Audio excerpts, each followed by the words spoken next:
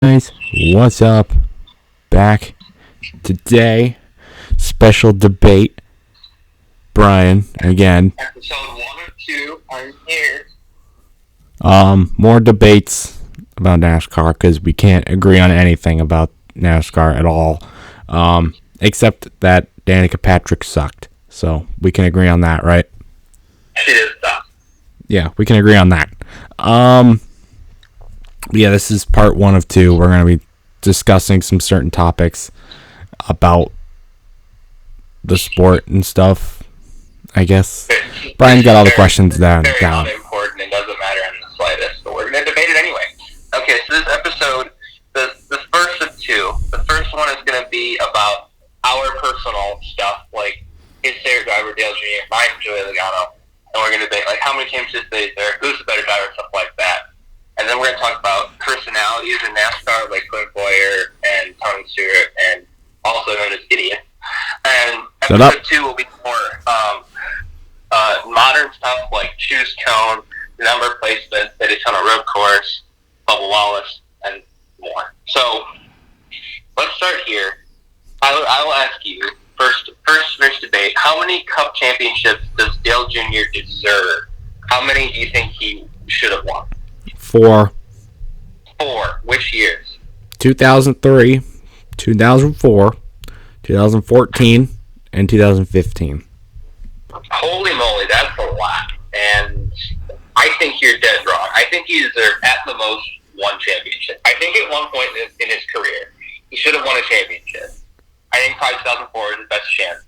But really, he does not deserve that many. He's not that good of a driver. Like, he's only got 6 wins. You gotta think, okay.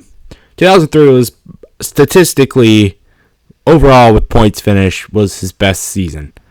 Without the chase, obviously. He finished like 4th in points. He finished like 5th or 6th in 2004. But look at 2014, that was his and Jeff Gordon's year. They were back and forth, 1st and 2nd in the points throughout the regular season. And then playoffs come along. Oh, no, you didn't win as much as this guy. Oh, you're going to be relegated to the back. Oh, one unlucky race. Oh, you're to the left. You have to win now. Oh, so he gets eliminated in the round of 12. Everything he dominated the season. Jeff Gordon, who also dominated the season, didn't even make the Final Four either. So your logic for not winning 2014 and 2015 is based on not Dale Jr. performance, but the playoff system. Yes, it is. Yes, it is. 2015 too. Okay. 2015 too. And 2004 too, you could say. I don't know. I think. But actually, legit. Actually, if you take the chase out, 2004 and 2014 would have went to Jeff Gordon, not Dale Jr. But Jr. would have had more of a chance. I would say. He would have had more of a chance. I think he. Jeff Gordon definitely deserved 2004 and probably 2014 as well. And even 2007. I could go into a complete debate about that. He deserved was his final win, but that's a story for another time. Anyway, yeah. So I say 1. You say 4. I'm willing to believe yes. He's gotten unlucky. He deserves a championship. He deserves 1 Cup championship for all of his fans and stuff like that. But I sort of think he's a little overrated. Like, he doesn't deserve 4 championships. You know how few people have 4 championships? Like 4. Okay. Okay. He's not in that caliber of a driver to have earned 4 championships. Like, yeah, he deserves a championship. He's a championship-level driver. Somehow he made it into the Hall of Fame without a championship. But Mark Martin made it in the Hall of Fame without a championship. That's because he finished 2nd in the points for times and stuff. Dale Jr. has fewer of those performances to show for himself. And Mark Martin has like 40. How many wins does he have? Like 40? I don't know. Yeah. Dale Jr. got 26. He should have more, though. That's not including his all-star wins or shootout wins either. That's not including clash and duels and stuff and all-star wins. And also that one win in Talladega where he clearly went below the yellow line and they didn't call him. He got forced down there.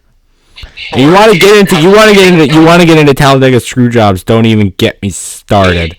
We'll go there eventually, but he didn't touch a single car when he went down there. He barely touched anyone. Well, he didn't want to touch a single car. That's why he pushed it down there. But okay. Okay, do you want to move on to... I'll agree here. I will concede and say that he doesn't...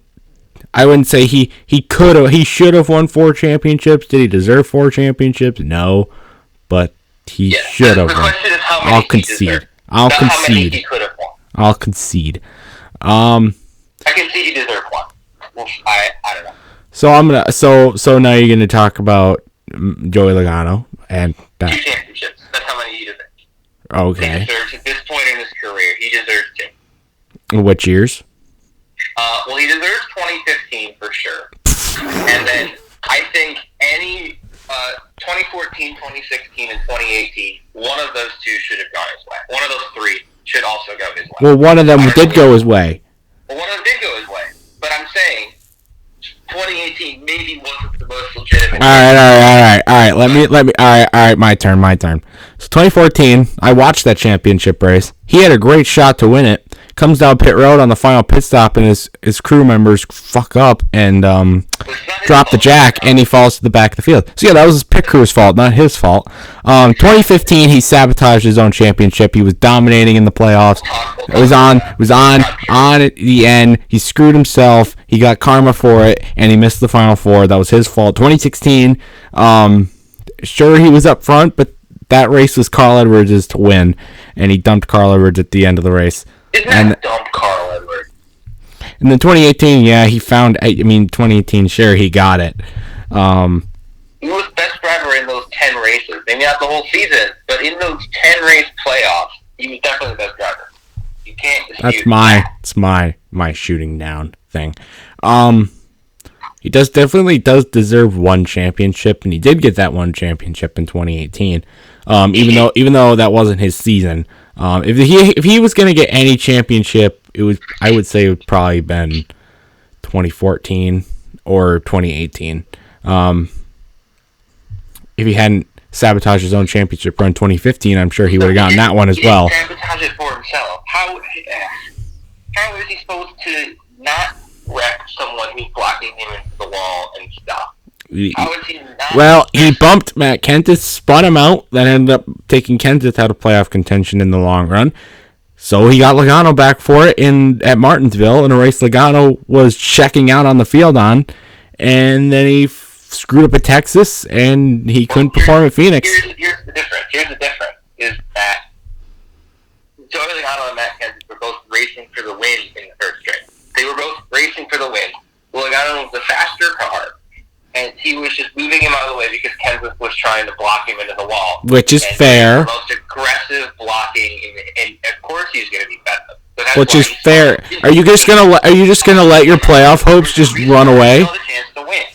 You're just gonna let your playoff hopes just run away like that? No, you're gonna fight to try and keep the lead. You know what? He didn't hit anything. He still had another chance to win. There was a restart. So, depending on the there was a restart, but he spun out. He lost track position at that point. He didn't lose very much track position. We needed tires. We can be like Lightning McQueen and not take tires the entire race. What? You didn't watch Cars. Never mind. I did watch Cars. Oh. But why? I did watch Cars, and I know what you're talking about. But like, how does that relate to anything? You can't go back. Even if he did not pit, he was still on old tires that were worn from a spin, and he had no chance to pass Logano. There's a difference. There's a difference between not being able to win and being knocked out of playoff contention. He prevented him from winning, not from advancing. He still was. It ended up being that ended up being Kenseth's best chance to move on. It was his chance, but he didn't take it. Maybe he wouldn't have gotten spun if he wasn't blocking so aggressively. He wouldn't have won though. He wouldn't have won though, and he wouldn't have moved on. You're fighting for the win. You're fighting for the win. You're gonna do anything you can. Exactly. And then why are you mad at Logano for doing anything you can to get? Well, I'm just saying he got karma'd for it at Martinsville. Well, here's the difference: is that those two were fighting for the win. You can't deny that. Martinsville, Logano was the leader. Kenseth had a wrecked car. He was like however many laps down in like 40th place, out of playoff contention. There's a difference. Well, he had nothing to lose at that point. He was already out of the playoffs. He was already a bunch of laps down. He was already wrecked. He had one sole job when he went back out onto the racetrack, and that was not to get points. That was not to just log laps. It was to get karma for Logano if he could. He took the opportunity, and if they had the damaged vehicle policy, the same one that they do now, where it's like 6 minutes, and if you can't fix it in 6 minutes, you got to go to the garage. Like, if they had that policy, he would have won too. So, well, yeah, he would have won because Kenseth wouldn't even be able to come back out on the racetrack. He shouldn't have been able to come back out on the racetrack. That car was torn to pieces. I know. Well, they didn't have it in 2015, so suck it. They did not have it in 2015, which is unfortunate because he would have won that race. Yeah, was unfortunate. Was unfortunate.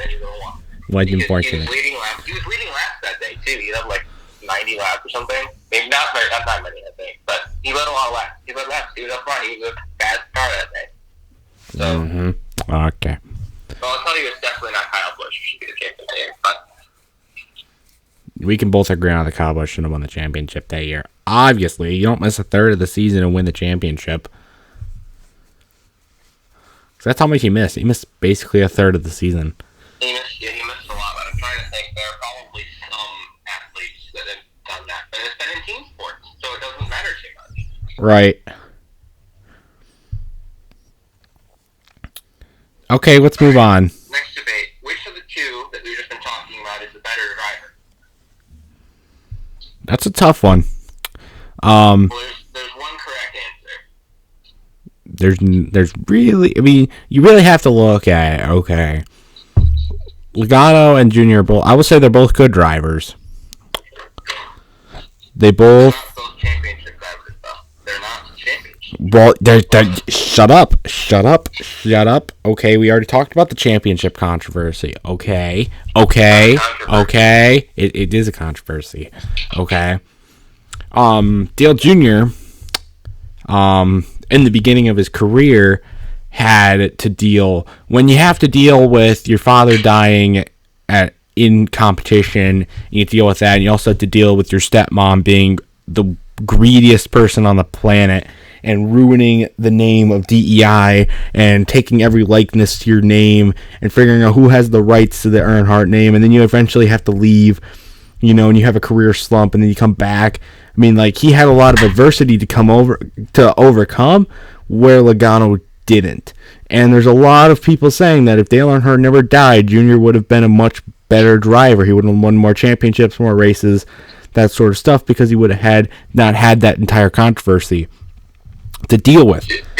So he never actually lived up to what his potential could be. Yes, he never lived up to what potentially could be because of of Dale Earnhardt's death, and because of Teresa Earnhardt. I don't think Dale Earnhardt Jr. would have been a good driver into the 2010s had he stayed at DEI, because that team was collapsing. So I think it was a good move to go to Hendrick. But if DEI had stayed intact, they could have been a much more elite team than they were, because they only stuck around for a little while because of Teresa Earnhardt. So you have to look at that. So he could have been a champion, and I think at this point they're quite equal. If you give Logano a few more years, maybe he wins another title, maybe he wins another Daytona 500 or something like that, then maybe he goes past Junior. I think he can, and I think he will, but he hasn't yet. So he hasn't yet, but he's still. I don't know. I think he's still a better driver. He's got one fewer win, and he's still. If you got exhibition, it's even more for Dale. How many of those wins?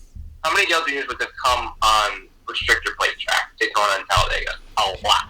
He won a bunch. Yeah, he won 2 Daytona 500s. He won 2 summer races at Daytona. He won 6 Talladega races. He won 2 clashes. He won 2 clashes, and he won, I think, 3 dual races, maybe 4. So 10 out of his 26 Cup wins have come. Do you want to talk about other? Okay, we could talk about races that Dale Jr. should have won outside. Let's talk about the races he should have won outside the play. Okay, let's see. 10.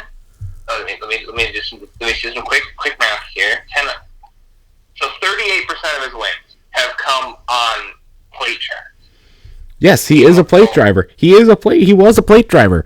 Okay, he was, because the Earnhardts have always been plate drivers. Well, except for Jeffrey Earnhardt. Right, out of 25, I believe only 4. He's got 3 at Talladega.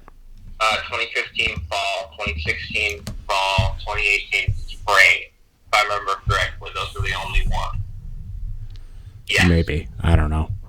So he's got 4 out of 25, and honestly, yeah.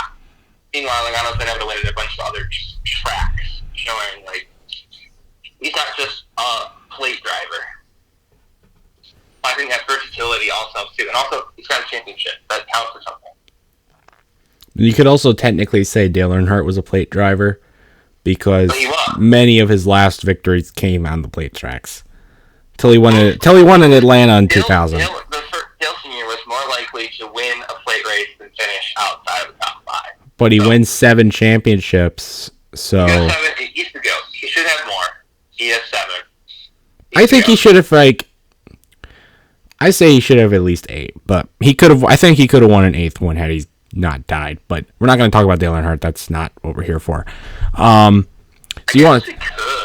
This video is me a lot longer than I need. But, I don't really want to talk about that, because I don't know as much about Dale Earnhardt. All I know is he came really close to winning the championship in 2000. You didn't watch the Never Ever video? I watched some of it. I watched the whole thing like twice. I watched some of it. It's a really good video. You gotta watch it all the way through. And I might. I'll see. Shameless plug, everyone. Go watch it. M. Fleming. He's good. Yes. He's good. Let's move on. Because you want to talk about races that should have been won that he didn't. I'm going to talk about that because I feel like it. I'll split it into non-plate races, and I'll split it into plate races, because the plate races are going to be a longer topic than the non-plate races. So, the 2011 Coca-Cola 600, Dale Jr. checked out on the field. Late caution flag comes out. Fuel mileage. Jr. chooses not to pit. Restart happens. There's a wreck behind him, but they don't throw the caution for some reason. Jr. checks out on the field, and he runs out of gas in the final turn, finishes 6th. Same thing happened at Las Vegas in 2014. He gambled on fuel mileage. He was already in the chase at the time because he won the Daytona 500 2 weeks earlier. But he gambles on fuel. Fuel pickup problems late in the race. Brad Keselowski beats him. He still finishes 2nd. Those are 2 races that he definitely should have and probably could have won had he. But it was fuel mileage, so I'm not gonna go too much into that because it was just fuel mileage, taking a gamble on it. And then there was Then there was the 2008 Spring Richmond race. He was checked out on the field. The race was over. Denny Hamlin, who had led 480 of the 380 of the 400 laps that day, was done for. He was in the back, tire problems. Junior was checking out, ready to win the thing. Then Hamlin just decides to park his car on the turn 2 wall, okay, and purposely bring out a caution so that he can get to pit road. Just like David Rudiman. We're going to talk about David Rudiman doing the same thing at Martinsville in 2012. Neither of them getting punished for it at all. Ensuing restart, Kyle Busch literally goes into turn 3 and dumps Dale Earnhardt Jr., ending Junior's day, and Kyle Busch ends up still finishing 2nd to Clint Bowyer. So I guess it wasn't too bad. Clint Bowyer got his 2nd career win that night, but could have won that one. There was that. I think that's it for non-plate races. There weren't a lot of chances Junior had outside of those 3 to really win outside of the plate races. He had some good runs and stuff, but I guess you got about the fall Atlanta race in 2007. He ran really good that day. And was 3rd on the final restart, and then the tire just came off the car and he wrecked. So I guess you could talk about that. I think that's more of a lug nut fault though, not really his driving fault or fuel mileage or anything. But you want to go to plate races, okay? Logistically, Junior won 4 straight Talladega races from the fall of 2001 to the spring of 2003. But logistically, he could have probably won, I want to say maybe 7 straight from the fall of 2001 to the fall of 2004. Okay? Because in the fall of 2003, he had so many problems that he fell a lap down, got back on the lead lap, came back, and he finished 2nd to Michael Waltrip. Okay? Made a great run at it, but I don't think he really He didn't make a good run at it. Then you get the screw job of the 2004 Aaron 499 when it was 5 laps to go, and they're coming into turn 3. It's 5 laps to go. Brian Vickers spins. He's Jeff Gordon's teammate at the time. Gordon just had passed Dale Jr. going into turn 3. Caution comes out because Vickers spins, and Dale Jr. is in second, okay? They take 5 whole laps under caution for a spin. No debris, no anything. Nobody else was involved. He didn't hit the wall. He literally drove back to pit road.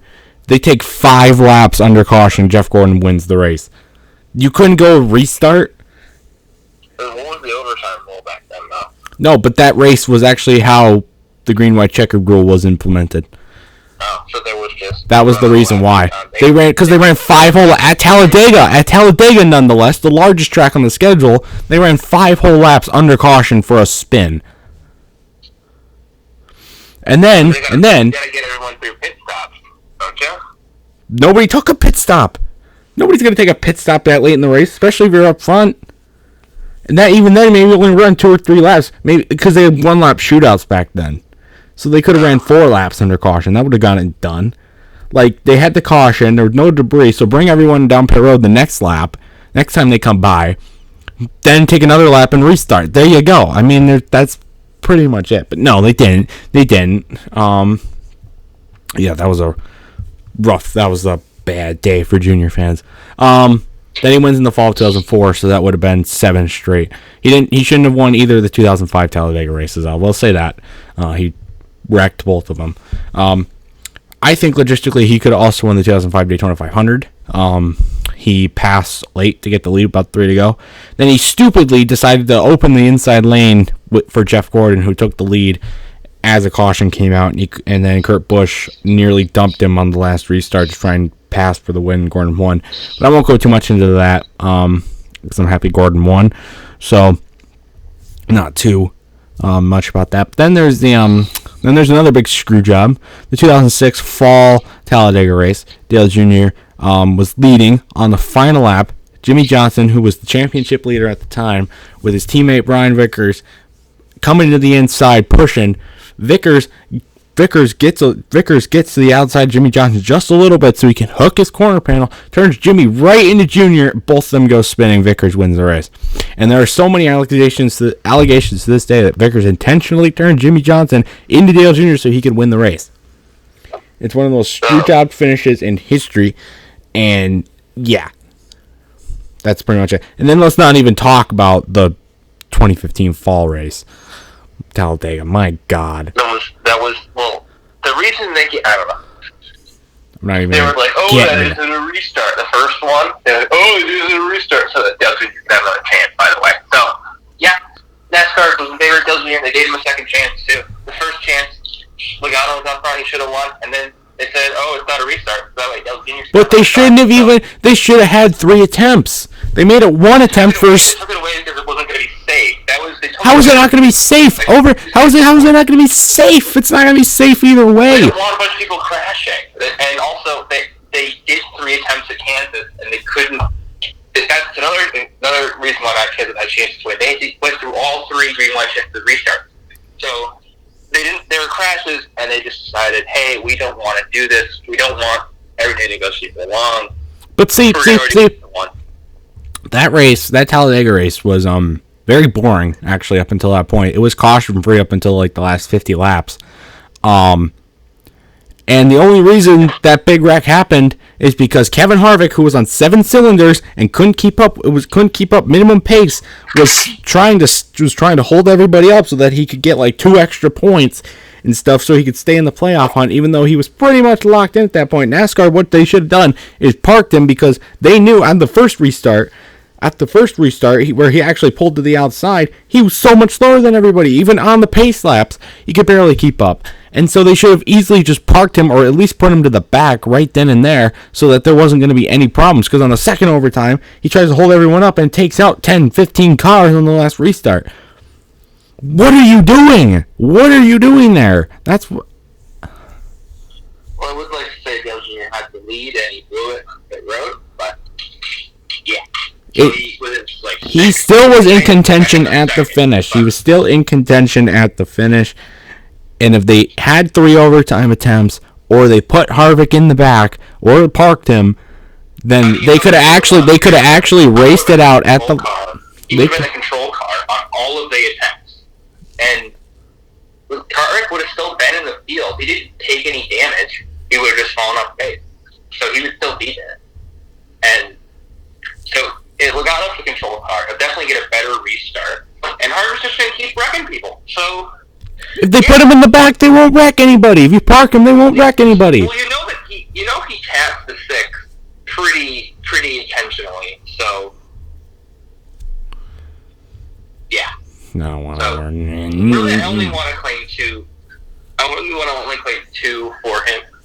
And even though the second one really isn't a claim for a win, but first one, 2015 Paul Martinsville was what I was at. Probably a couple homestead races I wanted to win that he didn't, obviously, like 2016 and 2014. But whatever.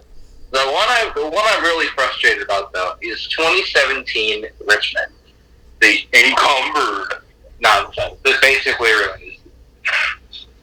Yeah, if Wayne got encumbered, so what? I mean, that means that he was performing pretty darn well up until that point.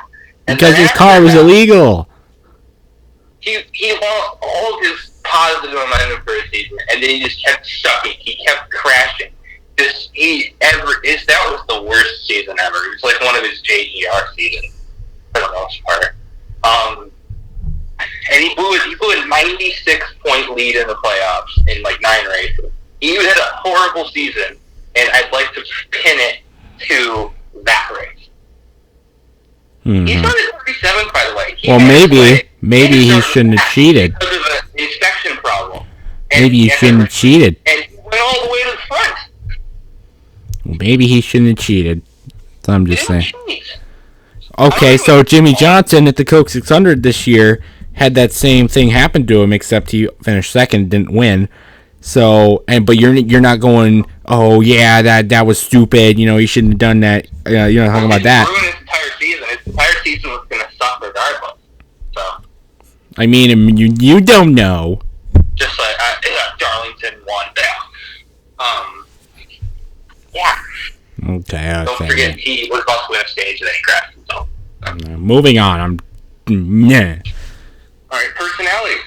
And then I think personalities. Okay. Do we want to push that to the next one? Personalities. So, anybody that's watching the sport lately, you can easily tell in like the interviews and stuff. These drivers like Ryan Blaney, Chase Elliott, Bubba Wallace, all these people are so bland and so boring and it's stupid. What happened to the days of like Tony Stewart? And they still got Kyle Busch, obviously. He's like the biggest one still left. He ain't going anywhere for now, at least. Kurt Busch, he was pretty riled and rowdy back in his early days, but he's matured. Same with Kevin Harvick. Then Tony Stewart, I mean, he is just iconic for his interviews and stuff. I mean, I don't even want to like. I mean, that's like really, his 2013 Auto Club interview was probably the best interview I've ever watched ever. And then, of course, you got, let's see who it is, Jimmy Spencer. He was probably one of the biggest ones. Probably the best one, actually. Clint Boyer. He's really funny, really nice, and and he's a fan favorite for that reason. And then there's a bunch of others as well. But they're all getting old. They're already all retired or are going to retire. I mean, they're not there anymore, and it really sucks that these monotonous, bland drivers are the future of the sport because it just seems so scripted and so not real anymore. That's what I'm saying.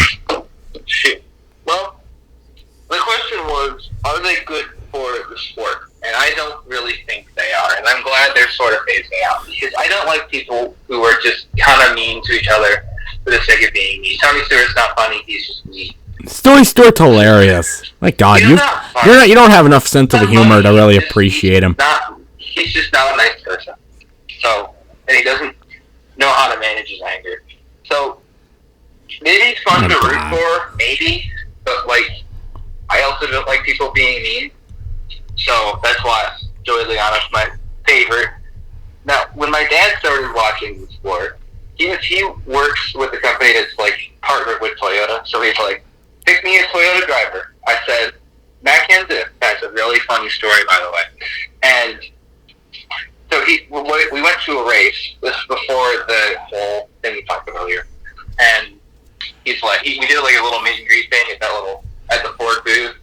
He was there, and I said, "Ooh, he's there. I'll go see him." And then, yeah, he's like, "Oh my gosh!" And I said, "Oh my gosh, this guy's super nice. I'm rooting for him now. I don't care about this whole Toyota thing." Just for the new people getting into the sport, personalities aren't attractive to them. They just look like mean people. And really, NASCAR is trying to get more young fans in the sport, and they've stopped doing stuff like playoffs. Brian Prince is gone. So stuff like personalities finally getting phased out is a good way to help that. Get likable drivers, not meanies. They're not necessarily meanies. They're just people that actually were going up through the ranks and really just having to fight for every position, everything, because they need the money to keep their team going or to really support their family and stuff. And they really show that emotion when they get into a wreck, when somebody else wrecks them or something like that. They show that emotion for that, and you can see that when they get into fights or their interviews or stuff like that. That's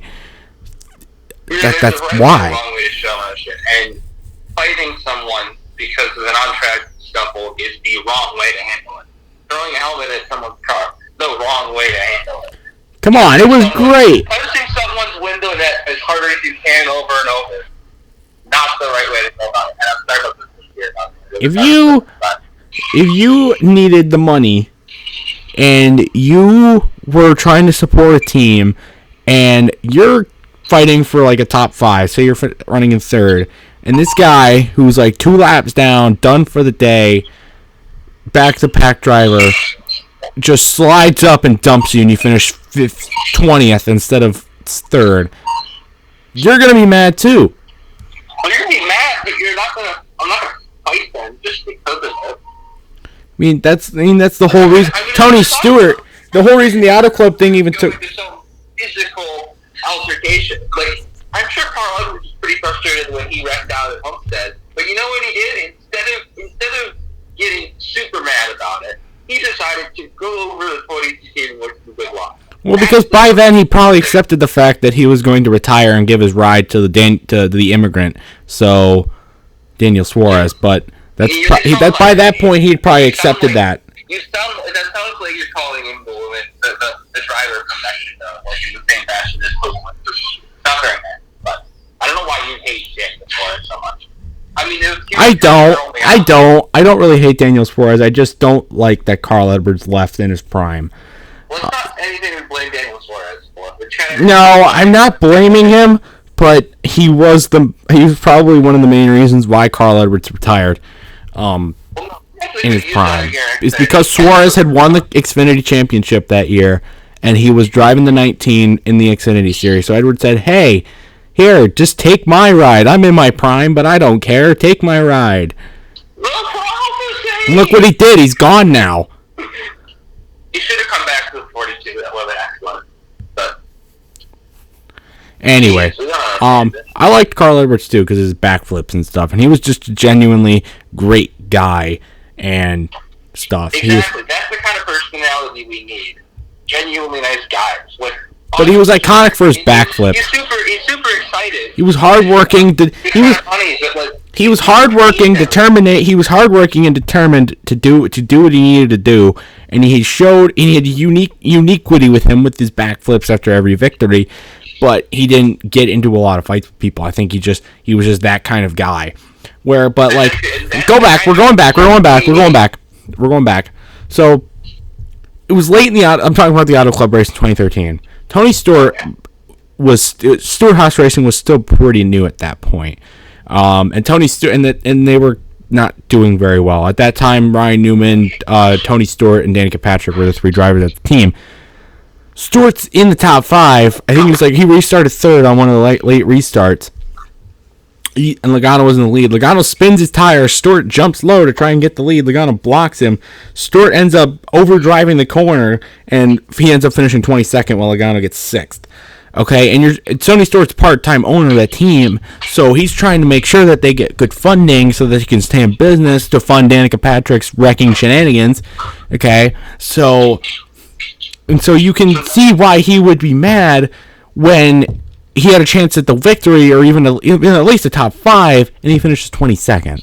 So over this, and he said it best. He said it best. He said it best. So anyway, in a wrong way, I'm frustrated about this. Like, well, I don't remember exactly what Tony Stewart is. Can you remind me what he did? Because I feel like it was like some super mean. He pulled up to Logano. He pulled up to Logano's car after the race, and went after him. Logano ducked behind his crew members, who did literally nothing. It was just Stewart's crew members resisting him. Then he goes over and talks to Steve Burns for that iconic interview. Then after the race, afterwards he goes to his hauler, and he does a more calm and tame interview, saying how Logano's a spoiled little rich kid who gets everything he wants, and then he shows that he has to work for everything, basically explaining what I've already tried to explain. And that was point on. That last part was that was on point. That was on point. And that's every driver is like, every single driver is probably spoiled. It's a very pricey. Tony Stewart was not spoiled. Dale Earnhardt was not spoiled. People coming in the ranks now, yes, they are. Yes, they definitely Today, are. yes, they are. So they don't have the same emotion as the drivers who had to work to get to where they were in their career. They can just say, "Oh yeah, thank you to my million sponsors that I got just because I signed on to this certain car. Yeah, interview over. Goodbye. I don't care. I get the money anyways wherever I finish, so I don't care." What? I don't understand that. I don't understand that. Whatever. Yeah. So, if it means more fans will go to the sport, that's a good thing. It means they're trying to cater to a fan base that they can't reach. The commonplace sports fan that doesn't really actually care. They don't care. So they're trying to reach to a fan base that doesn't care about them. That's why they got into this hole they're in the first place. Would be really a turn off if drivers are calling out the drivers spoiled little rich kids, now wouldn't it? That would be a big turn off. And then whatever is iconic, whatever the iconic is, I don't remember what it said. It is iconic. Tony Stewart is iconic. Okay. I think I said what I needed to say there. I don't remember. Moving on. Next topic. Right. That's all the topics we have. Yeah, we had to do the second part, which is more of the modern stuff. So. No, okay. We're out of stuff for now. Alright, guys. That was part 1 of our debate. So, yeah, look out for part 2 coming out tomorrow. So, yeah. See you guys later. Bye.